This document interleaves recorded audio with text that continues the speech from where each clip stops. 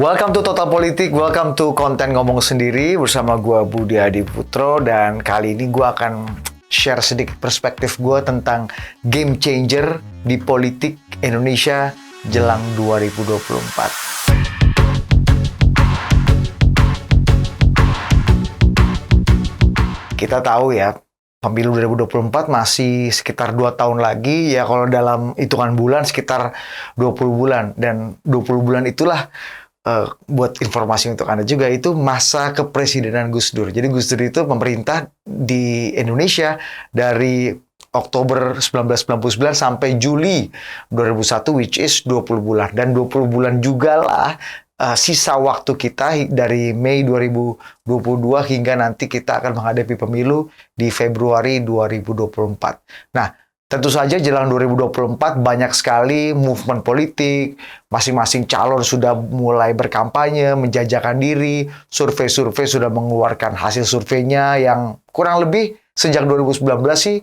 relatively sama orang-orangnya. At least di angka 3-5 besar orang-orangnya kita lihat ada Ganjar, ada Prabowo, ada Anies Baswedan, di papan berikutnya ada AHY, kemudian saya lupa ada beberapa nama lagi, paling tidak nama-namanya tidak bergeser terlalu banyak atau terlalu besar dari nama-nama itu.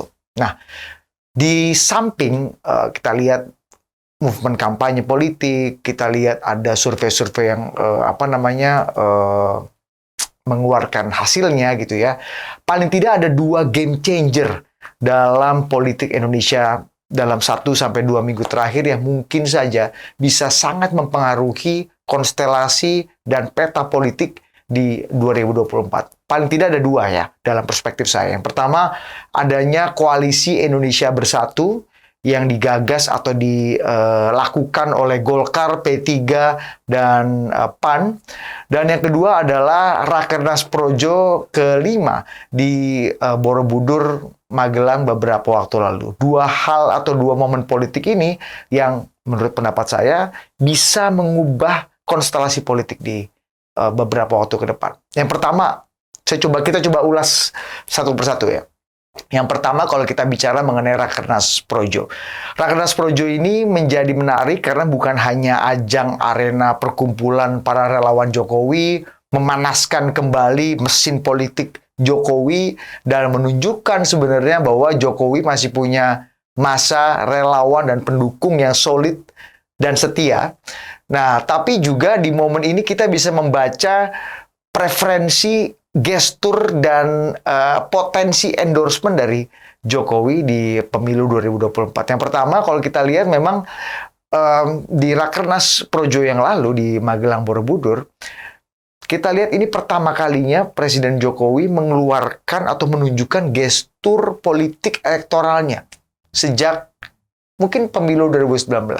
Ini pertama kali Jokowi secara gamblang bicara dan membicarakan politik pemilu. Mungkin kalau kita lihat ada beberapa waktu lalu Jokowi juga sempat mengungkapkan atau mengklarifikasi beberapa hal yang cukup kontroversial seperti isu penundaan pemilu atau perpanjangan masa jabatan atau 3 periode gitu ya. Tapi kan itu dia lakukan sebagai kepala negara yang ingin memastikan bahwa pemilu tetap berlangsung di 2024. Nah, kali ini ada gestur politik yang berbeda karena masyarakat umum itu melihat ada semacam gestur dari Jokowi untuk mendukung dan mengendorse calon tertentu. Nah, banyak sekali analisa pengamat, kemudian kita juga secara kasat mata, saya kebetulan hadir dalam forum itu sebagai observer gitu ya. Jadi melihat bagaimana animo para relawan yang menggebu-gebu mendukung, meneriakkan nama Ganjar Pranowo, dan gestur Pak Jokowi juga yang sebenarnya juga terlihat mendukung Pak Ganjar Pranowo. Paling tidak ada 2 hal yang dia lakukan gitu. Yang pertama, kita lihat videonya. Urusan politik ojo kesusu sih. Jangan tergesa-gesa. Jangan tergesa-gesa.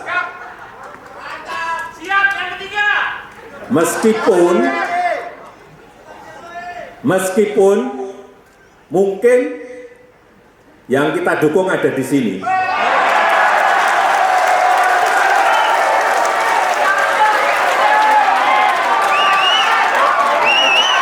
Nah, itu ya tadi ya. Kita bicara mengenai ojo ke susu dan orang yang kita dukung mungkin ada di sini.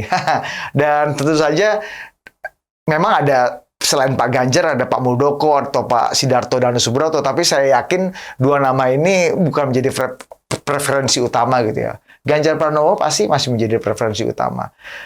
Ini menarik karena Pak Jokowi secara simbolik memberikan gesturnya untuk mendukung Ganjar. Yang pertama ada Ganjar di situ, dia bilang kita akan mendukung orang yang ada di sini.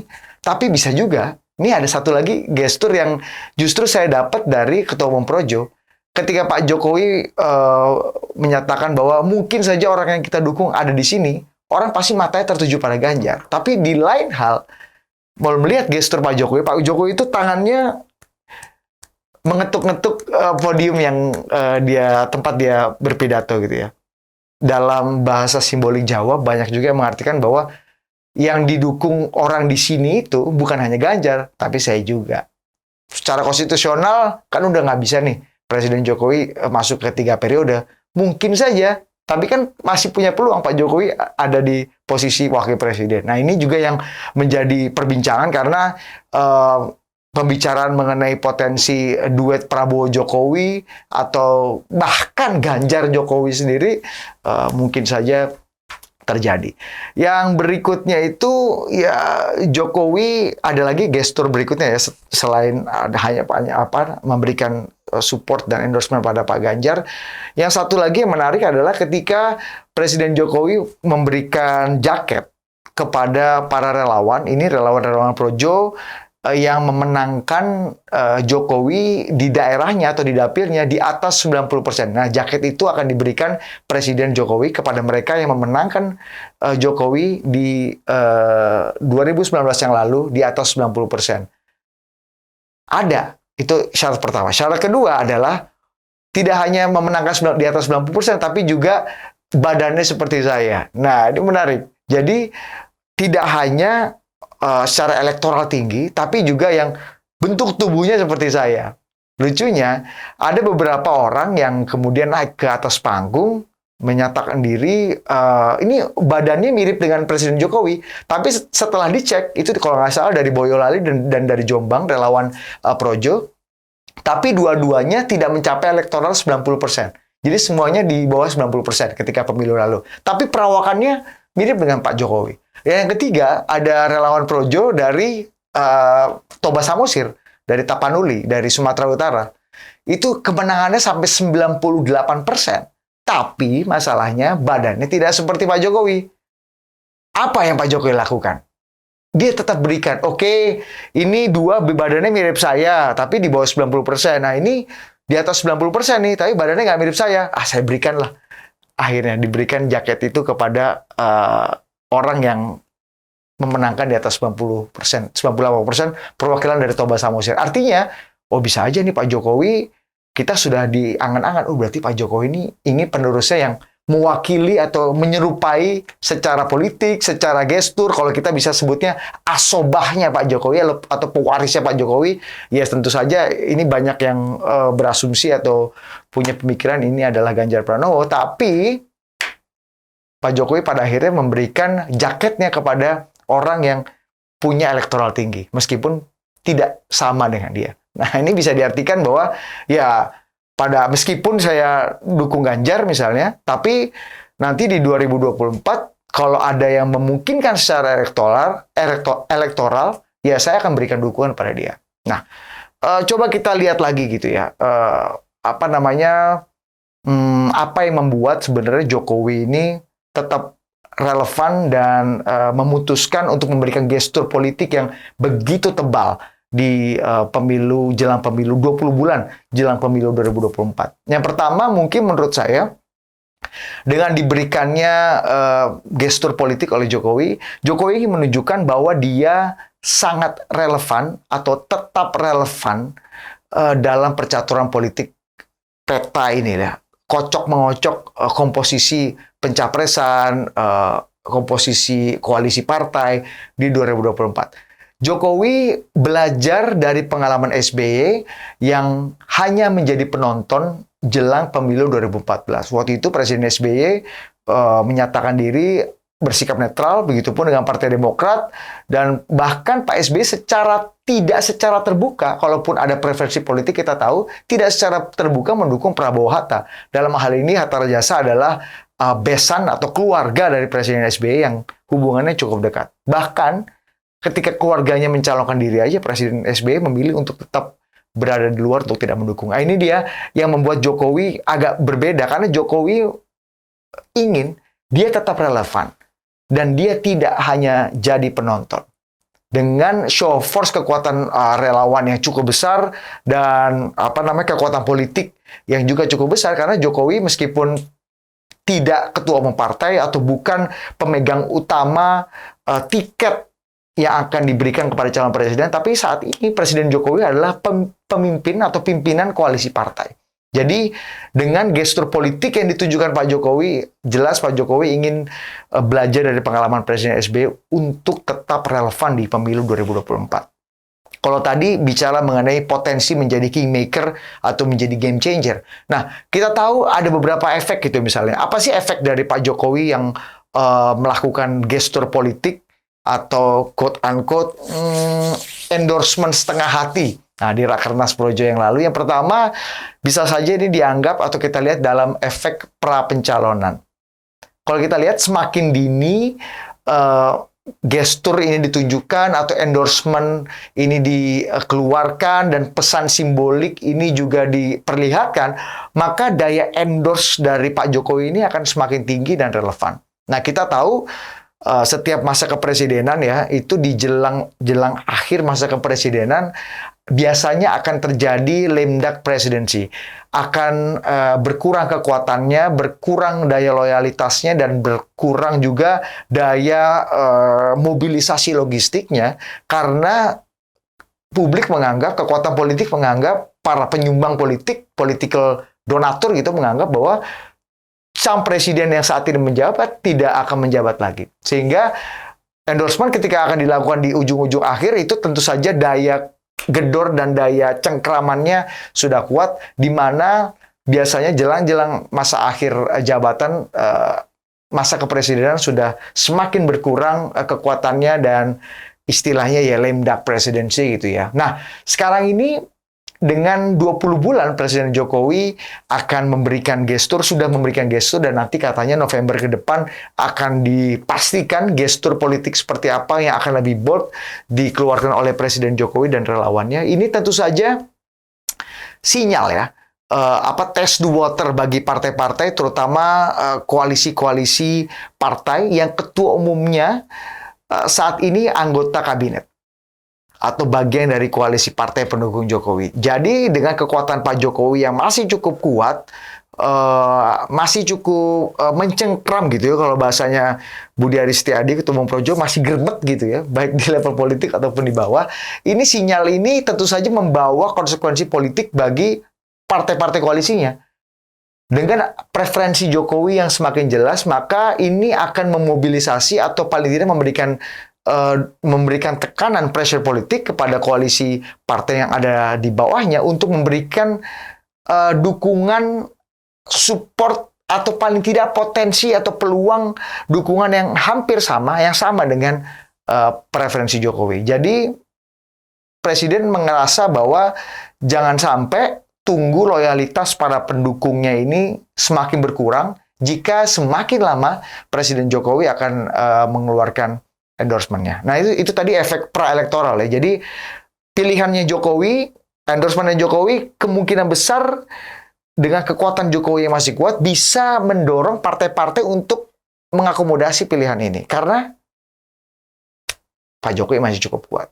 Konsekuensinya, kalau misalnya tidak memilih gitu ya, bisa digoyang, bisa di-reshuffle kabinet gitu ya. Atau ada unsur-unsur non politik yang juga bisa diberikan gitu ya kepada ganjaran kepada partai-partai yang tidak sejalan dengan Presiden Jokowi. Jadi ini penting buat ketua umum partai untuk juga memberikan dukungan favoritisme bagi pilihan Jokowi. Nah, itu tadi efek praelektoral. Bagaimana dengan efek elektoral? Apa sih daya dukung atau daya kekuatan dari endorsement Jokowi ini? Kalau menurut saya sih memang seberapa kuat sih endorsement Jokowi ini bagi calon yang akan didukung? Dalam perspektif saya ini tergantung approval rating atau tingkat kepuasan publik kepada pemerintahan Pak Jokowi di jelang akhir-akhir tahun ya. Tahun kedua dan tahun terakhir gitu paling tidak pemerintahan Presiden Jokowi ini menentukan sekali kualitas endorsement, karena jika approval rating atau tingkat kepuasan masyarakat kepada Presiden Jokowi itu tinggi, maka daya endorsementnya juga akan semakin kuat bagi efek elektoral, karena dianggap bahwa orang-orang yang akan di-endorse Pak Jokowi akan meneruskan kesuksesan dan melanjutkan kepuasan publik yang kemudian diterima oleh masyarakat. Nah, ini belajar dari pengalaman sebenarnya Pak SBY lagi-lagi, yang meskipun kalau kita lihat Pak SBY di akhir-akhir masa jabatannya approval rating atau tingkat kepuasan publiknya di atas 70% juga. Jadi, tapi tidak dipergunakan. Sehingga calon yang meskipun kita tahu mendapatkan dukungan secara moral dan kultural politik dari Pak SBY, tapi tidak menang pada faktanya karena tidak ada endorsement. Nah, ini harus dimanfaatkan Pak Jokowi. Jika approval ratingnya tinggi, maka bisa merangsang masyarakat untuk tetap memilih orang-orang yang kemudian di-endorse Pak Jokowi. Apalagi kita lihat di sini survei opini publik untuk 3 besar lah, at least lah ya. 3 besar calon presiden yang punya elektabilitas teratas itu masih rata-rata air lah kalau kita mau bilang nggak sophisticated gitu ya. Dulu masih ingat Presiden Jokowi mungkin di masa 20 bulan atau 10 bulan gitu ya jelang pemilihan presiden, itu survei elektabilitasnya di 2014 sudah, jelang pemilu 2014 sudah hampir 40%. Nah, sekarang 20 bulan jelang pemilu 2024, Mas Ganjar, Pak Prabowo, dan Mas Anies sendiri masih sekitar 20-an, masih sekitar 19%. Jadi endorsement ini menjadi sangat penting untuk memobilisasi pemilih nanti di 2024. Jadi ada efek praelektoral yang merangsang partai-partai untuk mengikuti mau Pak Jokowi, pilihan Pak Jokowi, karena masih punya daya stick and carrot. Kalau menurut dapat gula-gula, kalau tidak menurut akan dapat stick atau hukuman politik. Efek elektoral dengan masih tingginya atau tetap tingginya approval rating Pak Jokowi nanti misalnya tetap kalau misalnya di angka 73-75% seperti saat ini, maka daya endorsementnya akan jadi semakin laku karena di kepala masyarakat orang ingin pemimpin yang melanjutkan kepemimpinan Pak Jokowi. Nah, itu 2 hal lah sebenarnya yang kemudian membuat Pak Jokowi punya potensi menjadi setengah kingmaker di pemilu 2024. Kenapa setengah kingmaker? Karena mau bagaimanapun, mau sekuat apapun, mau dipandang sehebat apapun Presiden Jokowi, tapi Presiden Jokowi bukan sebagai penentu tiket utama partai-partai untuk memberikan boarding pass-nya bagi calon-calon presiden. Nah, ini penting sekali ya, karena memang kita lihat Presiden Jokowi sendiri di PDI Perjuangan, kalau memang pilihannya ini kepada Mas Ganjar, tentu saja ada banyak obstacle, halangan, atau rintangan juga, karena dari gestur-gestur yang terlihat ada resistensi yang cukup tinggi terhadap nama Ganjar Pranowo di internal PDI Perjuangan, terutama dari Teguh Umar, let's say kita sebut Mbak Puan Maharani dan kelompok politiknya. Bahkan dalam wawancara kita beberapa waktu yang lalu, Mas Bambang Wuryanto atau Bambang Pacul, salah satu tangan kanan utama dari Puan Maharani, mengatakan bahwa Mas Ganjar ini sudah kemajuan bahasa Jawanya. Di beberapa perhelatan politik, perhelatan penting partai ya di Jawa Tengah, di level Jawa Tengah, bahkan Mas Ganjar sebagai Gubernur Jawa Tengah yang juga kader utama PDIP tidak diundang. Nah, ini penting. Yang berikutnya adalah dengan endorsement Pak Jokowi yang tinggi, yang semakin kuat gestur elektoralnya, ini menunjukkan kebaikan, artinya politik sidang isbat yang kita alami belakangan atau biasanya gitu ya. Kenapa saya sebut politik sidang isbat? Politik sidang isbat ini adalah politik yang saya bilang, kamu tahu sidang isbat kan? Sidang isbat itu sidang yang dilaksanakan satu hari menjelang bulan suci Ramadan atau jelang hari Raya Idul Fitri gitu, untuk menentukan apakah tepat nggak ini bulan suci Ramadan dan apakah tepat nggak besok ini Idul Fitri dengan tadi fakta-fakta agama, fakta-fakta astronomi gitu ya, lihat hilal macam-macam. Dan ini politik kita tuh seperti politik sidang isbat. Hanya detik-detik terakhir jelang pemilu, hanya detik-detik terakhir jelang pendaftaran calon ke KPU sebagai peserta pemilu nanti, itulah ditentukan siapa calon presiden kita. Nah, dengan Pak Jokowi memberikan gestur sejak awal, ini menunjukkan, ini berpotensi membuat politik sidang isbat itu menjadi tidak laku, karena orang sudah mulai hitung-hitungan dari awal. Tidak hanya endorsement Pak Jokowi yang membuat politik sidang isbat ini menjadi kurang relevan lagi di pemilu 2024 menurut saya, yang juga bisa paling tidak mengikis potensi politik sidang isbat adalah Koalisi Indonesia Bersatu. Nah, ini yang dilakukan oleh 3 partai politik, ada Golkar, ada PAN, dan juga ada P3.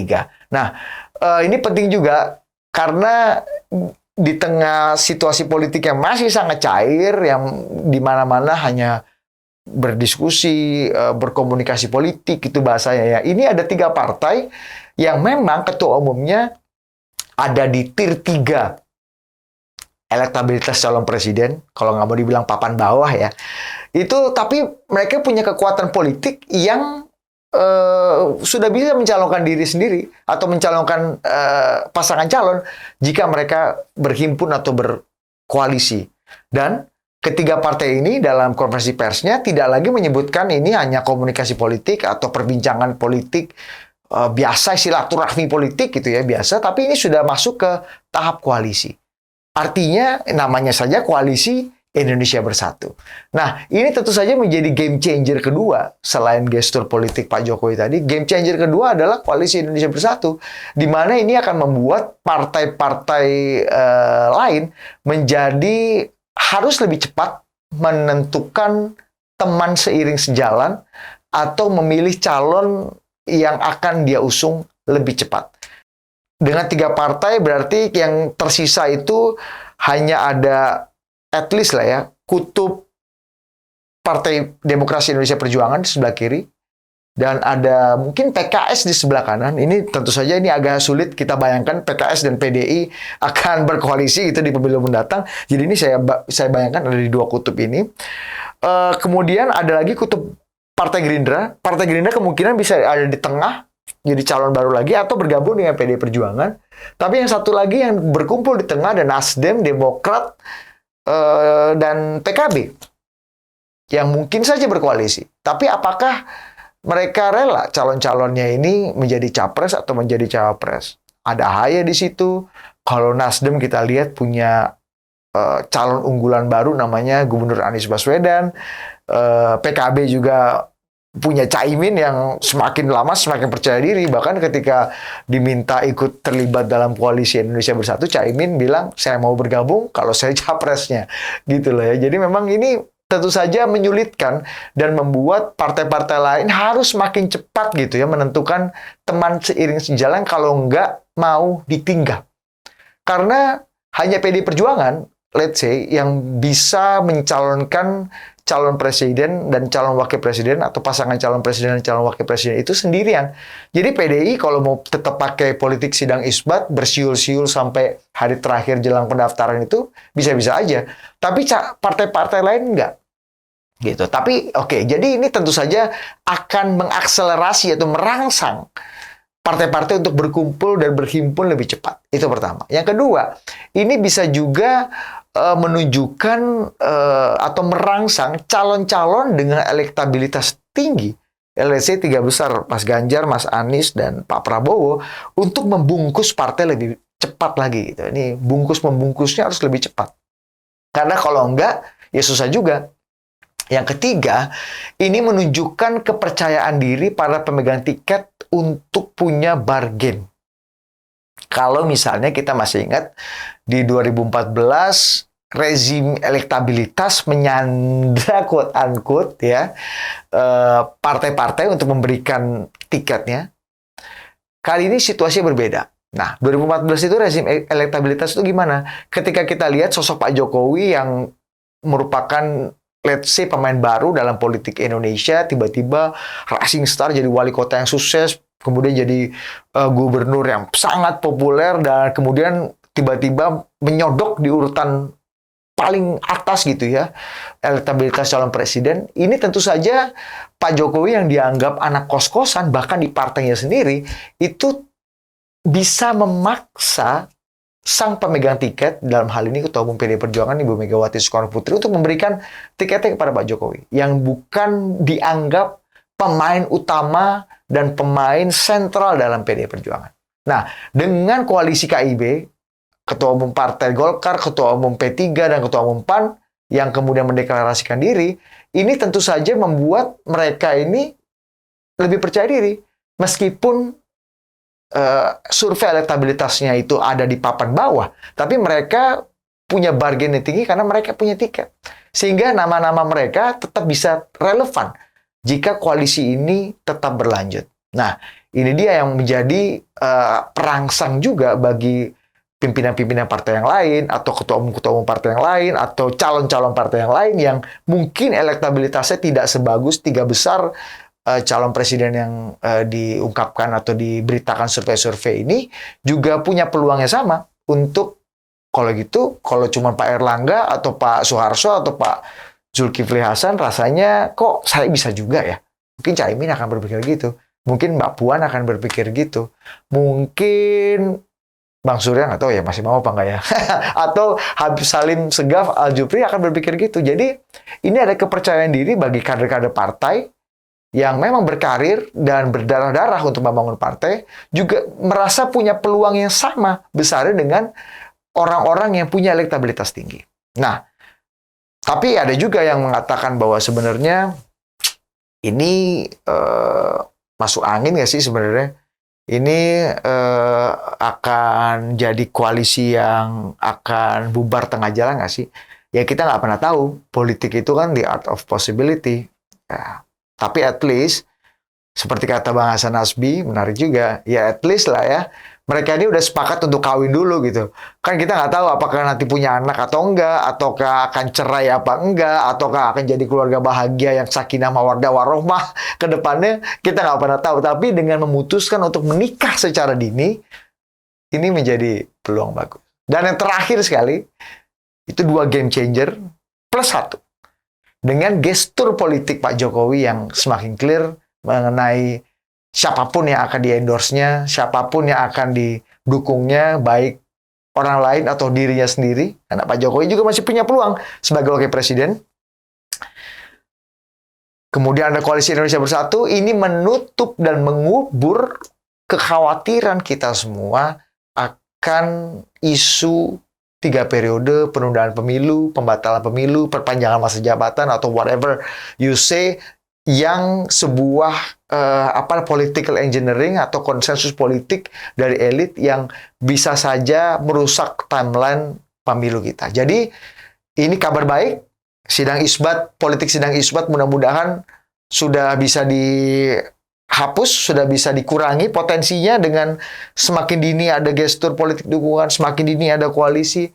Dan yang kedua, ketakutan kita akan perpanjangan masa jabatan sudah bisa dikubur. Jadi kita sudah bisa tenang dan move on ke topik lain yang lebih penting bagi politik Indonesia untuk kita sama-sama mengawal demokrasi kita semakin sehat, semakin berkualitas, dan semakin beretika.